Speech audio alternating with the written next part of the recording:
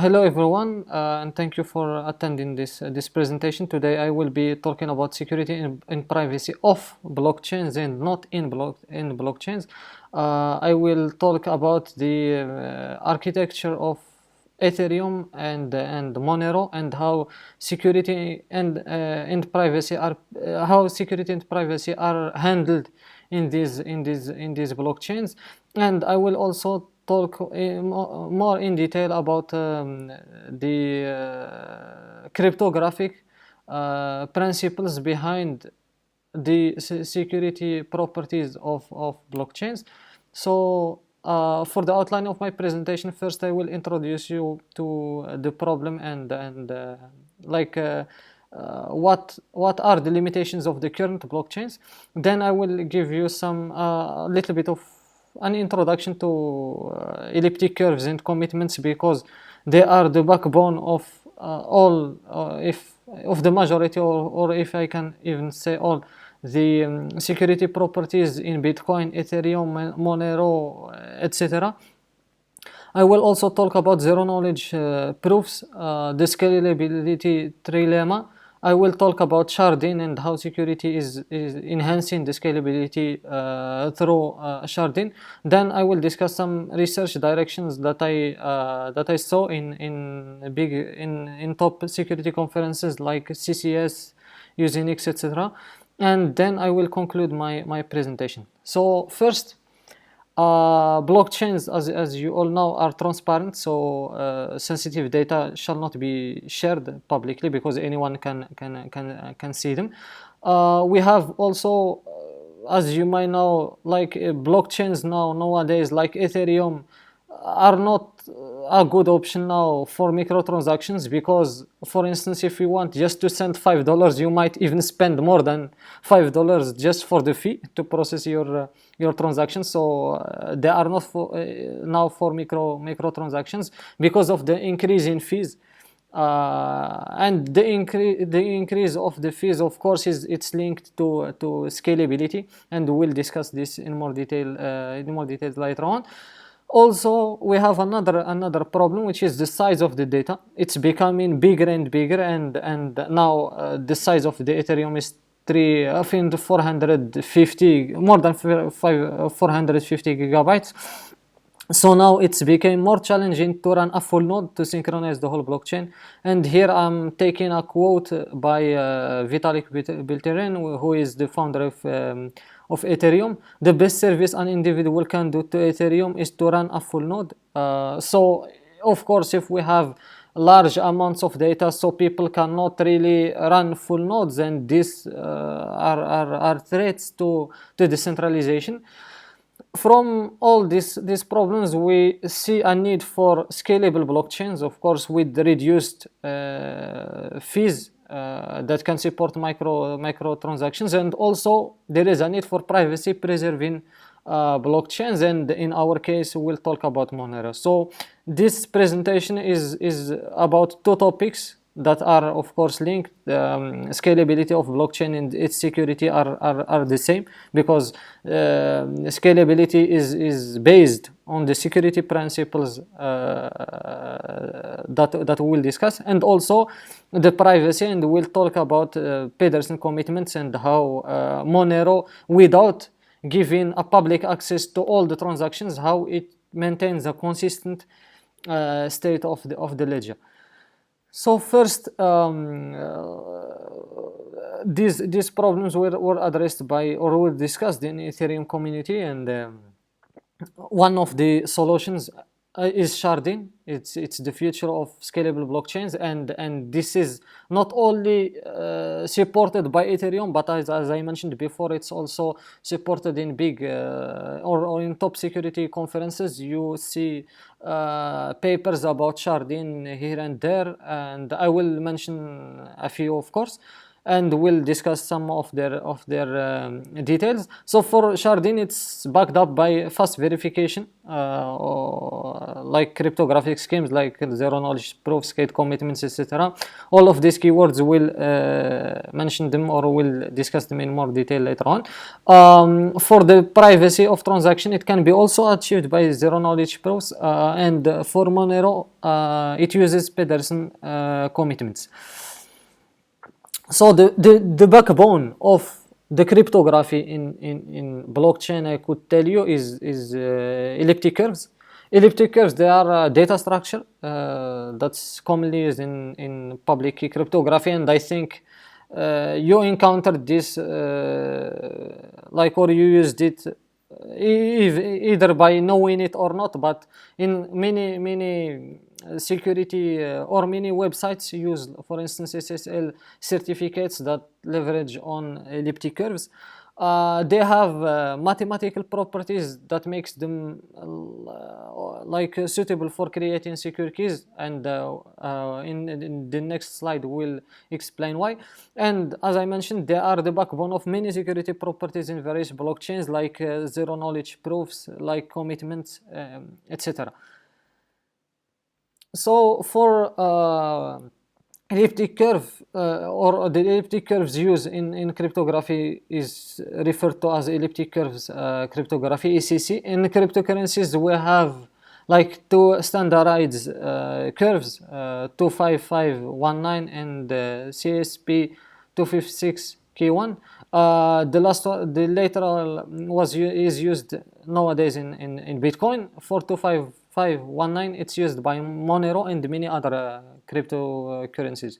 For the examples that we'll have both, but for the example specific to Monero, we'll have just one of them. By the way, they are standardized because they are proven to be secure, because in elliptic curve cryptography, as you will see, we will need always to choose a curve. So this is just a visualization of the two curves. One thing that is common between them and that you can visually see is the symmetry. It's very important, symmetry over X, and they have different shapes. So for in an elliptic curve crypto system, how we define it, we have first it's a field. It's a field, and we choose it by picking a prime number, so it's called a finite prime field. And also we select a curve, like I mentioned previously, and also a public point on the curve. So what is the concept of private key in this crypto system is the number that the public point is dotted with itself. Dotted, you can see it as you can see it as any mathematical operation. It's abstract, but you can consider it as dot product, multiply in, for instance, the point, or adding the point, for simplicity. Computing the private key from this kind of crypto system, like without from the public key, it's called the elliptic curve discrete logarithm function, and it's proven to be computationally difficult to do, so that's why it's considered. Just a simple analogy, like 28-bit RSA key would require just burning a teaspoon of water. This is the amount of energy you need to break it, and breaking the 28-bit elliptic curve cryptography would need to burn all the water on Earth. And for this level of security, like in this example, 228 elliptic curves is more equal to 2380 bits of length of the key for RSA. So just from this example, you would know why the blockchains are adopting elliptic curves, because they are faster, they have small length key with a higher security. So now we will talk about another concept which is very important. It's the concept of commitment. We say where like these commitments happen, or when do we say that we are committing to something. If like we define, let's call it binding, because we'll need this keyword later on. Bind a value like in a way that it cannot change later on, while hiding it. Like we say that this value is like this, but we don't give it right away. When we ensure that it cannot be changed. When we ensure that it cannot be changed, it's called that we are committed to this value. You can think of a simple example. We have a box, okay? We have a box and we have two entities. We have a sender and we have a receiver. The sender writes one number in the box and put it in a paper inside of the box and close it. Then give it to the receiver, then give it the key so it can see the number. This is like how so it's hiding, because before revealing the key, the receiver cannot see the value, so it's hiding. And of course it's always binding, because we know that there is only one value there and it cannot be changed. So this discussion bring us to discuss the binding and the hiding. The binding is just the concept that the value cannot until the value is revealed, it cannot be discovered. Like we cannot really change it. And also we have the hiding. It's where before revealing the key, it cannot be seen. So here we can see that like it cannot, two things cannot be satisfied at the same time perfectly, in a perfect sense, because like if it's perfectly hiding, it means that like you cannot tell what is or what made the final value. It could be equally to any combination. For instance, if we are committing, where our commitment is 10, of course there are many combinations of A and B that can make this 10. Like you can have 5, you can have 3, 7, etc. If it's perfectly binding, it means that there is only one combination that produces the value. For instance, if we have any prime number, in this case we have 19, and we have multiplication, we know that there is only one combination that satisfies the binding argument. So for the zero knowledge proofs, we use them when we have a specific like piece of information that we want to keep secret. We don't want to share it. We want just to share zero knowledge of that secret, but of course we prove that we know it, or any a statement is true related to it. This proof comes from applying a specific process to domain in question. In this, like we apply some cryptographic operations to our knowledge to prove that and give this. It's like the commitment. The commitment is a kind of zero knowledge, and you give to the receiver one information, and it can verify it, like without really seeing the information itself. And these are based on some assumptions. We have true sources of randomness. You see that we generate some random in our cryptographic process.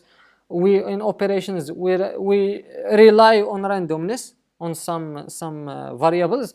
And also there is also the lack of quantum computing, since the elliptic curve, like discrete logarithm problem, quantum computing can break it. So also this is one condition that can be taken into consideration. In security papers you would see a lot this keyword ZK snarks, and they are the general knowledge succinct non-interactive argument of knowledge. There are multiple types of zero knowledge proofs. For our case, and in many blockchain papers, they focus on zero knowledge snarks. Zero knowledge, of course, it means that the verifier would not learn anything other than the fact that the statement is true, the proof that you give. It's succinct because whatever the challenge is, it needs to be small, so it can be proven in a few milliseconds. Non-interactive, since the sender and the verifier, or prover and verifier, do not have to interact with each other except for sending the statement or sending that proof. Argumentative knowledge, it means that the proof would hold the sound of zero knowledge encryption and it would be bound by polynomial time. So the relationship between the commitments and the elliptic curve cryptography, we can take the example like when we have a committer that publishes a commitment C, such that this is just an example, by the way. C equal A multiplied by H. H is a public point in the curve, and I is the secret. You can use it from the analogy that we used before of the number that we put in a paper inside of the box. You can think of A as the secret, which is the number. The verifier, of course, sees only the commitment because it's sent to it, and the public point because it's public, but not A because A is the secret. When A is revealed, which is that secret, the verifier can easily verify that that the equation holds. And also it is proven that finding a value X other than A, which is maybe brute forcing the commitment, is considered to be computationally infeasible, which is tied with the elliptic curve discrete logarithm problem. So from this approach we can see that it is good at binding because we know that there is only one value that satisfies the commitment. But of course it's very poor at hiding, because if you want to send the commitment, you would send A with it, which is not what we really want. So what about generating another value and plus A and then send it, like where R is of course a large number. So from this there is no way to find A if we don't know R, and R plus A would be like multiplied by H would be the commitment. So but in this case we have another problem. In the previous part we protected its binding, but it's not hiding. For this it's hiding but it's not binding, because many combinations can satisfy this commitment, like 10, 6, 12, 4, etc., because 16 can be computed with many combinations, so it's not binding anymore. So this is the problem that the Pedersen commitment is trying to solve. So for the Pedersen commitment, it's we have a random large number R multiplied by J. J is a point in the curve, plus A multiplied by H, which is also a point in the curve. They are both public. So the Pedersen commitment happens in the following steps. We have the committer or the sender decides, like a secret message A, for instance, it's our secret. It also decides on one random secret, as we explained before, R, and it produces a commitment from both A and R. Like the C in this case is just a public method, like it can be provided by the scheme, the commitment algorithm. Also, he makes or she makes the C public. Then later it reveals A and R, and then the verifier or the receiver as well is given the C, A and R, and can of course check if the statement holds or not. Of course it holds if all the steps were done as stated. So now we will see how this Pedersen commitment is used actually in a blockchain that's in production, that's public, and that anyone can access. We talk now about Monero. and we'll talk about the homomorphic sums in Monero.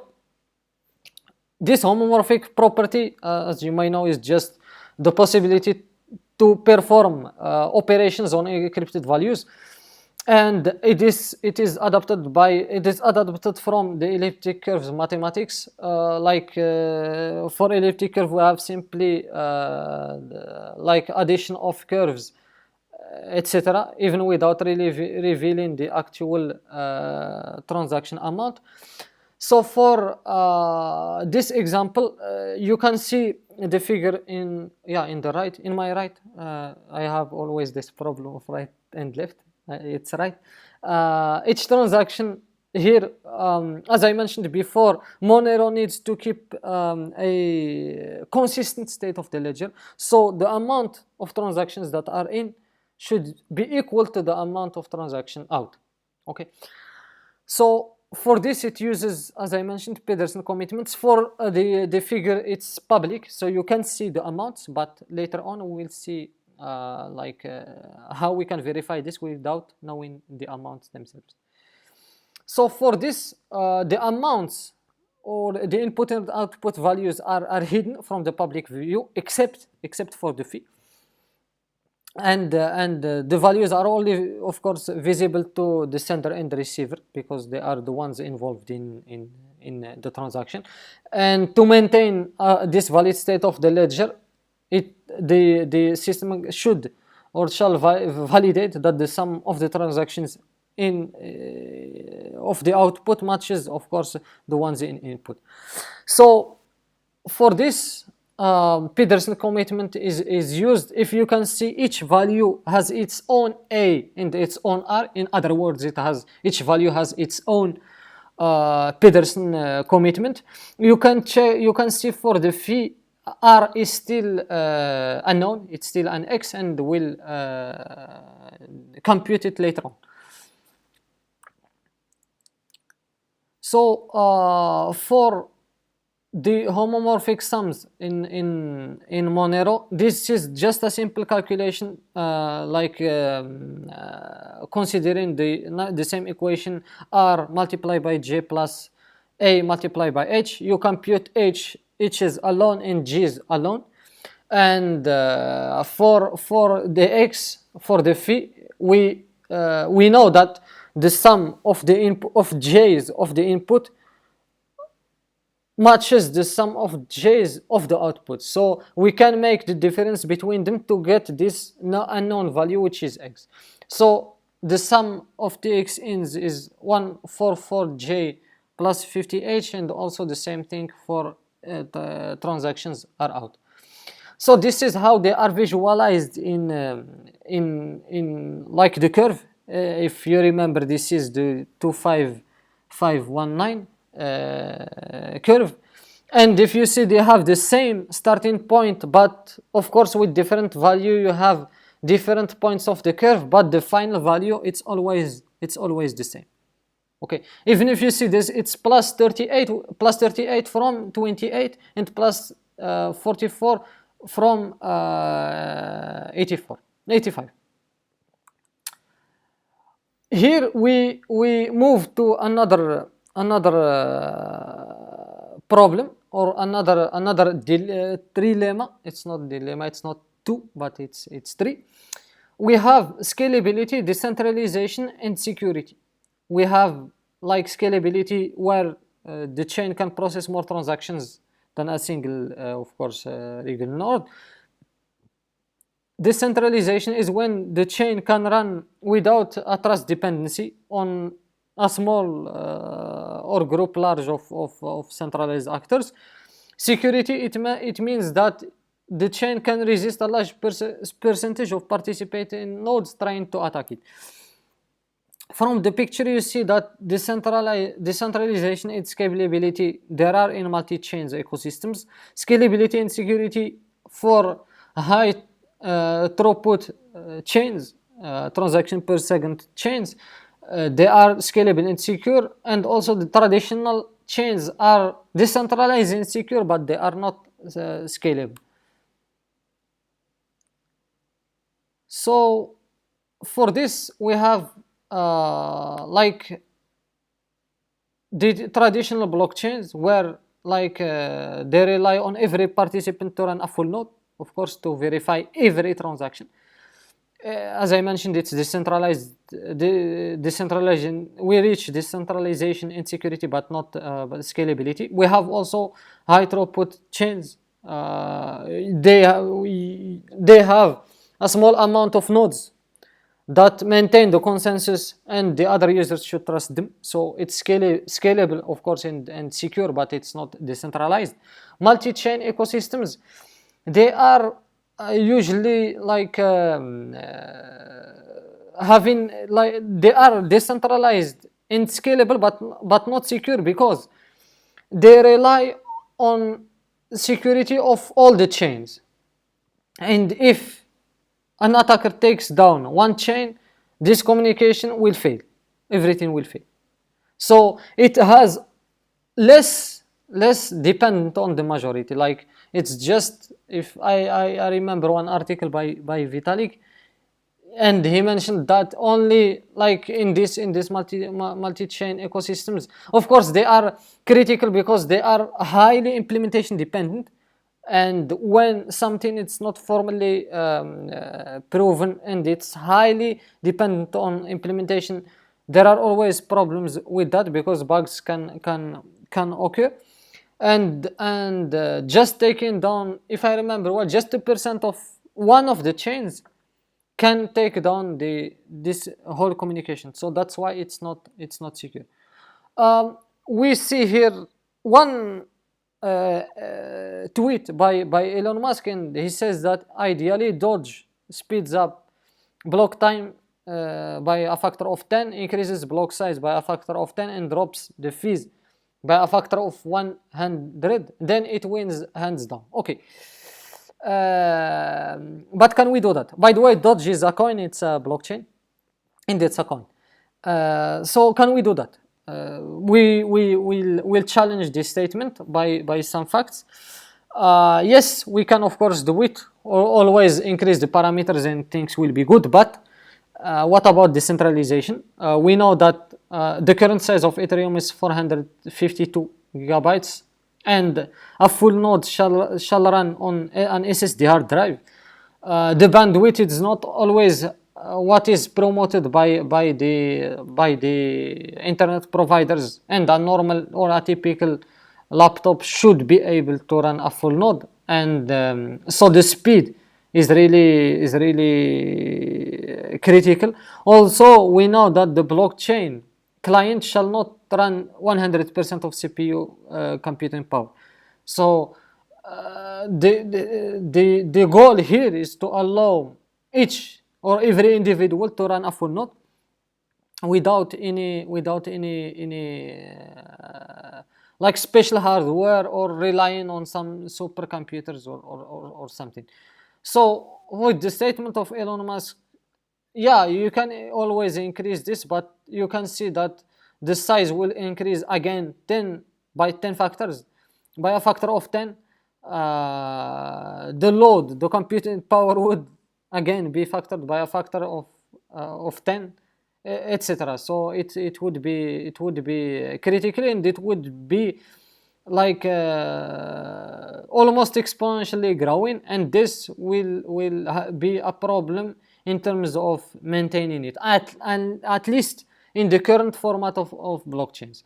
So as I mentioned, this will push the blockchains to lose the decentralization. In this problem, Sharding comes into light, and Sharding is inspired by the traditional peer-to-peer protocols, like for instance torrent, a peer in torrent cannot download all the movies circulating in the network and host them.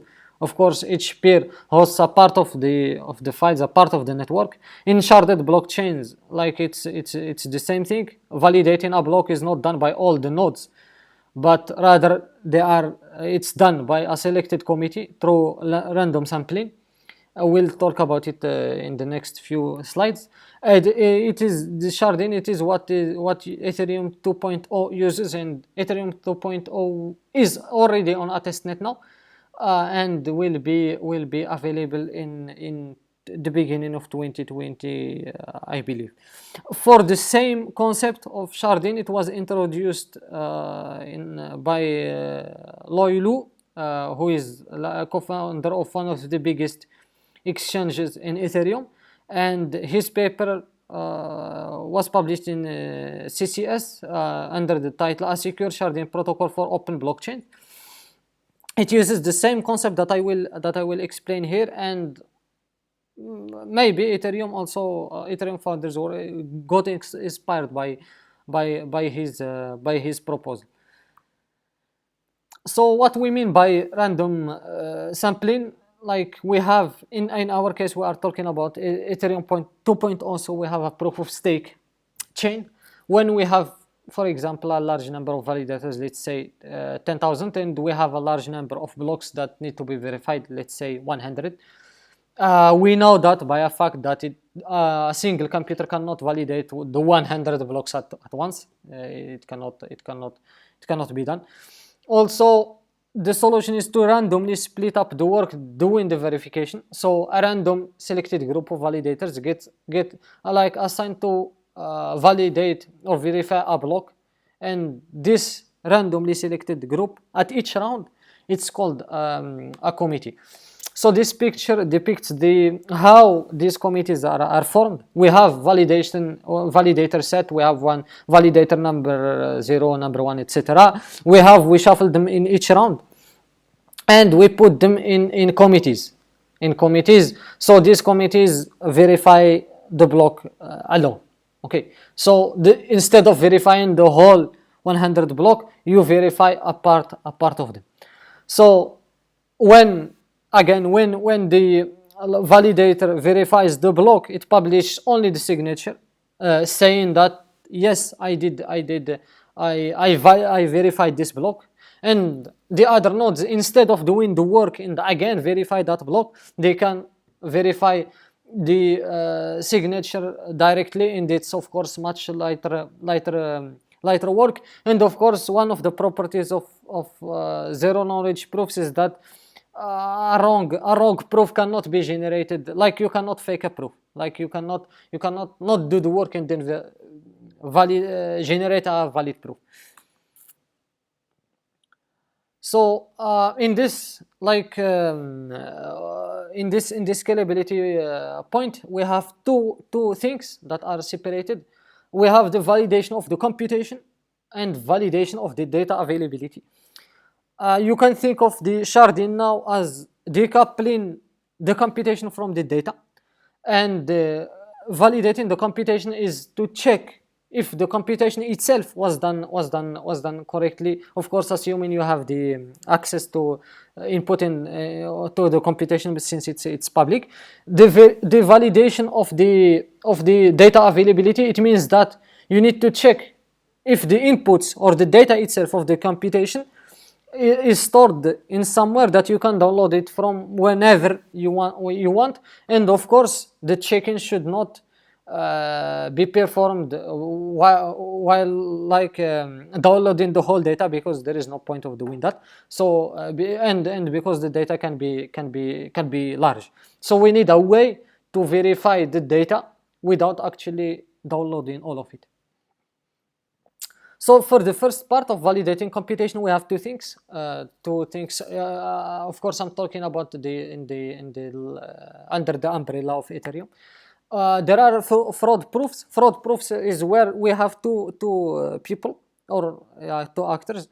One of them says that, hey, I commit to this computation, like this computation is equal to Y.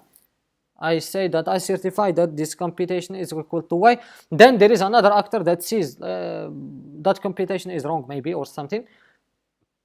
So he challenges this computation, and the first statement is always trusted by default unless someone challenges it. When someone challenges it, of course, all of them have a deposit like stake that a deposit. So if the first actor did not do the work and it certifies the computation, so it acted maliciously, it will lose. Of course, after the challenge, it will be verified by the other nodes, so it will lose the deposit. And it's the same thing for the other. For the challenger, if the challenge is wrong, of course it will lose the deposit. So it's a zero-sum game between the two actors. Of course, it can be verified with zero knowledge proofs, as we discussed before. It's the same example, for instance, like the Pedersen commitment.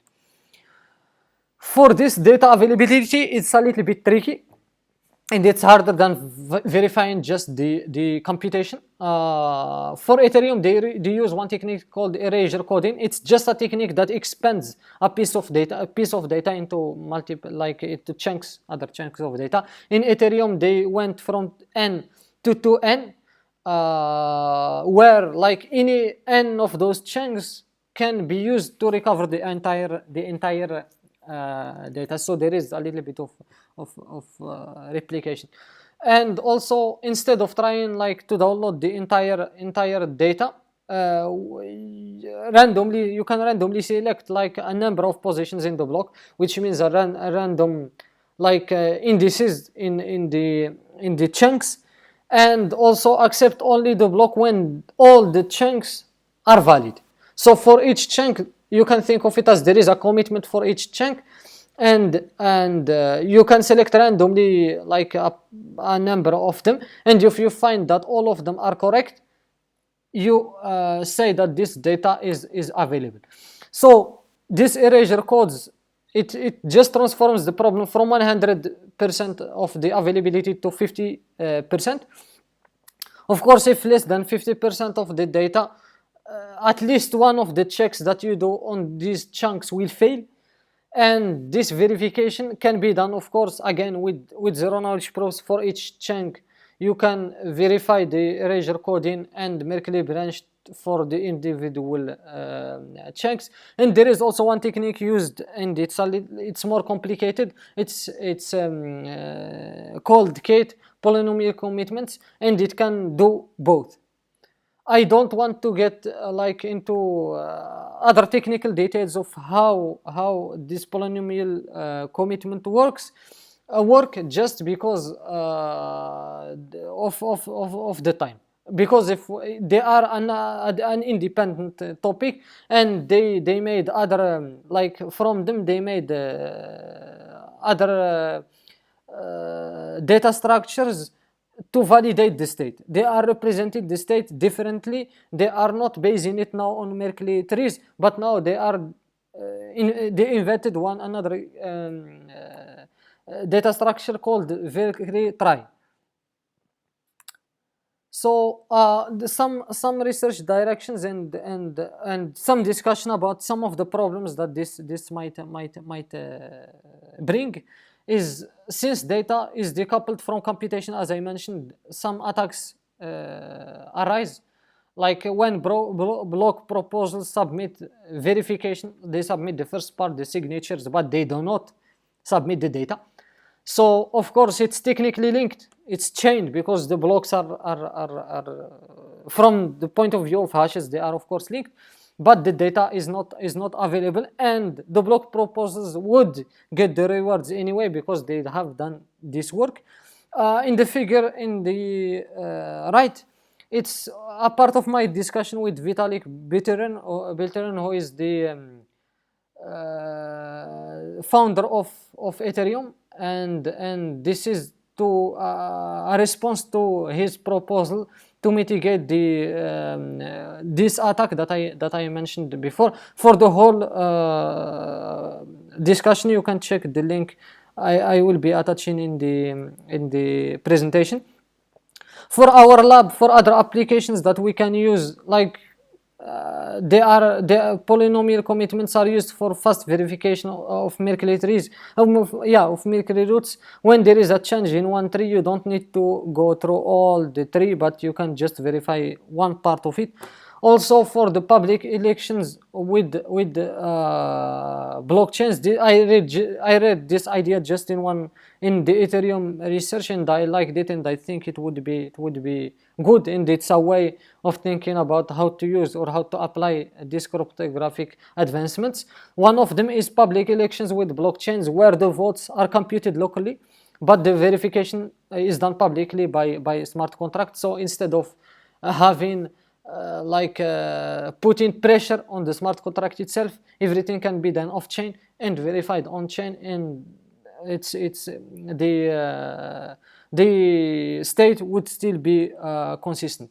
So for the conclusion of my presentation, the current state is of blockchain is going towards limiting decentralization, as we saw of the increasing of data sizes, etc. Also, we have the need for the scalability. Sharding provides some good trade-offs for the scalability, Trilemma, fast verification of a computation, and data availability. Also, Ethereum 2.0 is going towards sharding to enable users to perform micro transactions. For the references of my paper, they are included in the slides. And for roadmap for cryptography and blockchain, I also compiled a list of useful resources to understand deeply all the things I have talked about. And thank you for your attention.